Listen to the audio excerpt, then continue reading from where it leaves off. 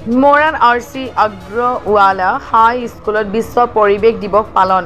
মানুহৰ জীৱনত প্ৰত্যক্ষ আৰু পৰোক্ষভাৱে প্ৰভাৱ পেলোৱা বিভিন্ন কাম-কাজৰ লগতে পৰিৱেশ সুস্থ কৰি ৰাখিলে জীৱন সুস্থ হ'ব।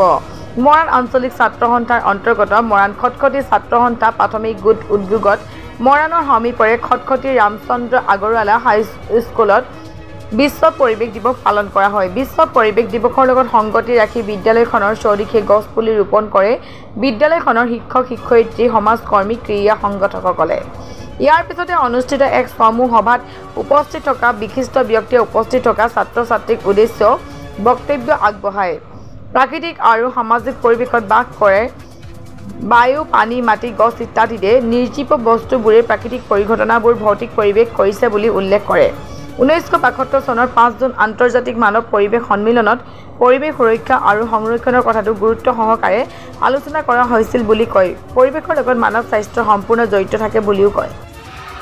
আজি বিশ্ব পৰিৱেশ দিৱস উপলক্ষে মৰাণ ৰামচন্দ্ৰ আগৰৱালা উচ্চতৰ মাধ্যমিক বিদ্যালয় কৰ্তৃপক্ষ লগতে মৰাণ আঞ্চলিক ছাত্ৰ সন্থাৰ প্ৰাথমিক গোট মৰাণ খটখটি তেওঁলোকে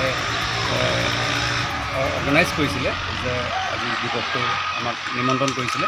আমি ইয়াত গছপুলি ৰুলোঁ আৰু বৰ সুন্দৰ এটা অনুষ্ঠান হ'ল। ইয়াত এখনি সৰুকৈ সভাও অনুষ্ঠিত হ'ল। আজি সমগ্ৰ বিশ্বতে বিশ্ব পৰিৱেশ দিৱস পালন কৰা হৈছে।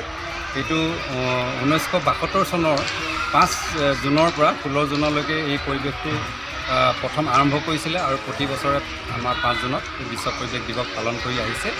আৰু গছ-গছনি জীয়াই ৰাখিব লাগিব। গতিকে আমি অসম চৰকাৰক ইয়াৰ যোগেদি এটাই অনুৰোধ কৰোঁ যে যি গছ-গছনিসমূহ ৰাস্তাৰ কাষত আছে সেই গছ-গছনিসমূহ নকটাকৈ সেইবিলাক ৰক্ষা কৰি যাতে উন্নয়নৰ কামখিনি কৰে, ইয়াকে মই বক্তব্য হিচাপে আগবঢ়াওঁ। কোন কোন আছিলে আজি আমাৰ অনুষ্ঠানত প্ৰাক্তন অধ্যক্ষ জেৰিনা বেগম বাইদেউ আছিলে আৰু আমাৰ অধ্যক্ষ স্কুলৰ অধ্যক্ষ দীপাঞ্জলি দিহিঙীয়া বাইদেউ, লগতে আমাৰ মৰাণ ক্ৰীড়া সন্থাৰ সম্পাদক মনোজ তাঁতী আৰু উপসভাপতি বিমান দাস আৰু আমাৰ শিক্ষক ভৰতলাল ঠাকুৰ আৰু খটখটি ছাত্ৰ সন্থাৰ আছুৰ আৰমান হাজৰিকা, গৌৰৱ গগৈ আৰু অনিৰ্বাণ দত্ত উপস্থিত আছিল সম্পূৰ্ণ প্ৰগ্ৰামটো আৰু বৰ সুন্দৰ এটা অনুষ্ঠান হৈছে।